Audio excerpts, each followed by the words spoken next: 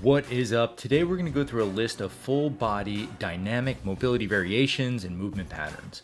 You could use this at the beginning of a workout, or you can use this as a workout all in itself. I like to take time out, pick a couple movement patterns, and just time it by song. Maybe make a playlist of anywhere from 3 to 5 songs and just work through these tight movement patterns. So we're going to go through things by position. First things up, we've got a postural position we're going to work through. I want you in a tall spine, pressing that lower back up against the wall as much as you can. Now we have 2 variations. We can do this against the wall or against the floor. Here I'm doing it against the wall. I want you to play around with different ranges of motion in that shoulder. I want you to reach overhead, maybe try going one arm first before you go into 2 arms. And again, when you're reaching up, I want to make sure that that lower back presses against the wall. A lot of times what you'll do is you'll fake your mobility and get it through your lower back, but we want to get you through the shoulder and those lats. So press that lower back into the ground or into the wall, and then reach overhead. Take a big breath whenever you're stiff. Here's the ground or the floor variation. Same thing, press that lower back into the floor, play around with different shoulder positions, shrug up, reach down towards your toes, play around with different hand positions, rotate in and out. I want you to try to lie on your back and just breathe through tight positions. Try to keep that low back pressed against the ground, explore different ranges of motion, take a deep breath, and just breathe out and relax into different positions. That's kind of a little trick or a little hack you can get your body to relax. So that was our tall spine or posture hold variations. We're gonna go into a prone position, which means we're facing down on the floor. So we'll start off, try to work through that upper back and just kind of maybe make like a little baby cobra where you're arching up off the floor. You'll find that if you go too much too quickly, you're probably getting mostly from your lower back and not necessarily upper back, but just take your time, work your way up. So next up is what I call tummy time. I think we can all use a little more tummy time. This is what we'd put babies through to arch up and build that neck and erector muscles. We're gonna lie down on the floor, arch up, hold that arch. We're gonna go through some prone angels, lateral raises, holds, reaches, anything that you can do to kind of maintain that arch up off the floor through that upper back, playing around with different ranges of motion through the shoulder. See if you can just keep those arms off the ground for anywhere from 2 to 3 minutes. Next up, we have a prone hamstring curl, and this ends up being a hip flexor and quad stretch if you do it right. I really want you to think about pressing that hip into the ground, squeezing those glutes nice and tight. You can see here an incorrect version where those hips come up off the ground. Tuck that pelvis under, squeeze that butt nice and tight, and try to drive that heel up towards your glute right there. Contract the hamstring as hard as you can. That'll relax the quad.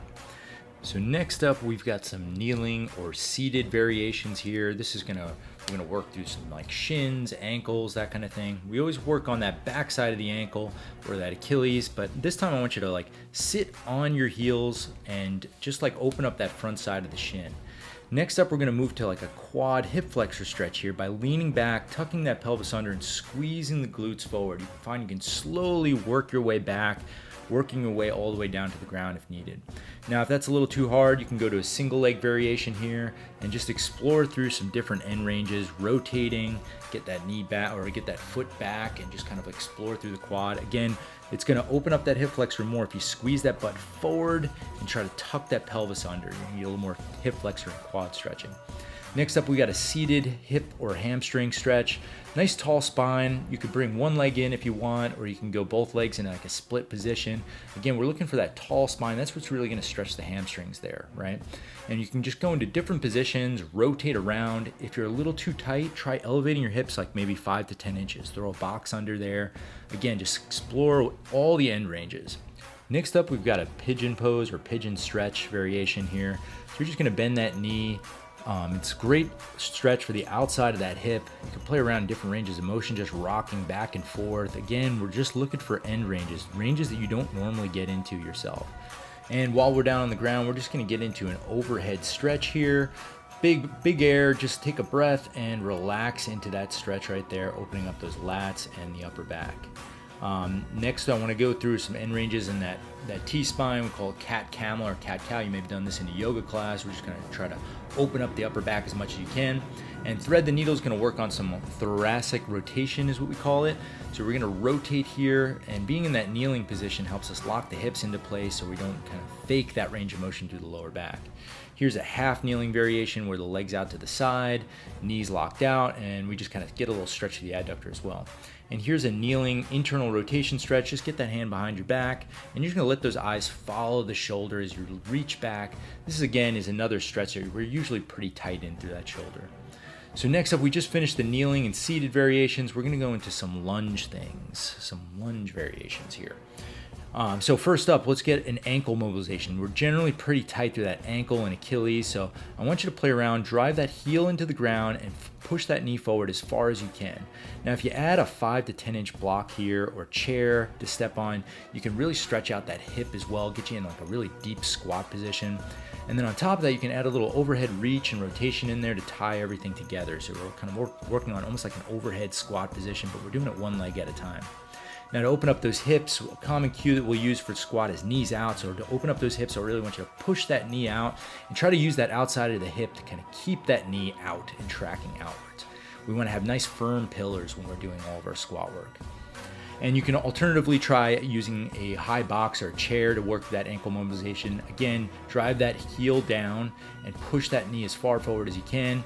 If you drop the knee to the floor, we'll add a little hip stretch. Again, this is going into like a really deep squat position. And as always, you can add a little overhead reach and rotation in there to tie everything together. So that completes our lunge mobility variations. Next, we're gonna move over to some standing stuff. Now, some common terms you'll hear throughout our program is hinge, good morning, deadlift. They're all synonymous terms. We're looking for that high hip, vertical shin pattern here where we're loading up the hamstrings and glutes. Nice tall spine as well.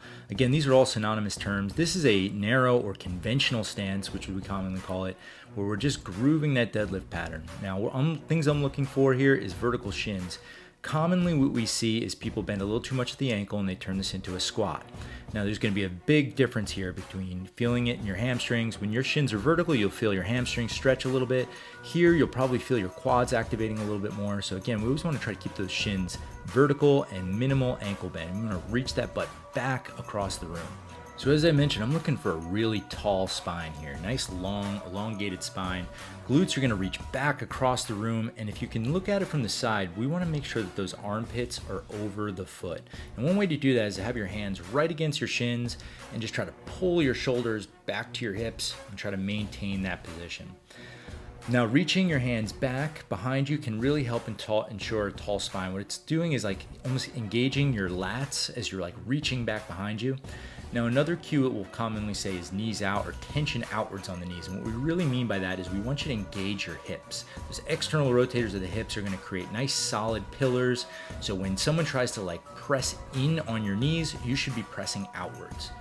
Now, here's a medium stance, or what we commonly call a modified sumo stance when we do our barbell lifts. Again, vertical shins, we're in a slightly wider stance. Maybe our feet are just outside the shoulders. We're really trying to force those knees out as hard as we can as we come down and up. Here's a wider stance variation of that. Generally, we won't go this wide in any type of lift, but I like to do it for a stretch and just kind of pattern or groove this pattern here, this deadlift pattern. Next up is our adductor complex. So those adductors are your inside hamstrings, right? This is almost like a lateral lunge or lateral hinge almost. You're gonna keep those shins nice and vertical. That's the way I like to do it. Reach those arms back, get those lats engaged, and we're just gonna go side to side, locking one of those knees out. Now you can add an overhead reach and rotation to this as well and just kind of tie everything together, get that thoracic spine going while you're stretching out those adductors and hamstrings and just kind of get everything tying in unison. So while we're standing, we're gonna throw in some broomstick, shoulder, pec, and T-spine rotation stretches. You can play around with this. Big fan here. Try to keep those elbows locked out. Try to almost rotate those armpits forward so you get a nice little pec stretch, and you can work in all different ranges of motion here. Play around, we call these shoulder dislocates when you're going from the front all the way to the back. You can go some rotations, add some figure eights in there. I wanna make sure that that shoulder hits every range of motion that it can. Play around with it and just explore different ranges. Okay, so that wraps up some of our standing warm-up variations. Next up, we're gonna go into a deep squat pattern. So I like this a lot because this starts tying everything together. Now you can use a weight in front of you. We're gonna end up stretching out the ankles, the hips, the thoracic spine. Play around in ranges of motion through those ankles first. Force those knees out to open the hips. Again, we're trying to tie everything together here into a bilateral or two-leg movement here and just open up and get comfortable in that bottom rotation and in that bottom position. Add some rotation here to explore those end ranges. Use a weight to counterbalance you a little bit. If things get kind of tight, what you can do is play around with like having your hands on the floor and just start on one ankle at a time, but just get used to that bottom position where that hip is below the knee. Now, if you're too tight, you could always use a chair or a couch for extra support. And we can also work on a more upright squat by adding a little like elevated heel position. So here I've got some bricks under here. Add a little one arm overhead reach and rotation. We're gonna try to open up that T-spine, kind of connect everything together, put everything on stretch. Now a broomstick variation might be like valuable here as well. You can play around in different ranges of motion. Start like in a squat position and just bring that stick up overhead, going into like a pressing pattern if you want to. Try to rotate those armpits forward when you get up there. You can go up and down and just kind of like turn it into like a squat pattern, or you can hold at the bottom. Any one of those variations will work. I just want to get you used to and comfortable in that deep squat position. So that's all I got for you today. This could be used as a warm-up in the beginning of workouts. Again, you can just time box it for 3 to 5 minutes if you want to, or you can turn it into a whole workout where you go anywhere upwards to 25 to 30 minutes. Really just kind of take your time on this stuff, be honest with yourself, explore those end ranges, find tight positions, and just hammer it. All right, that's it. Get after it.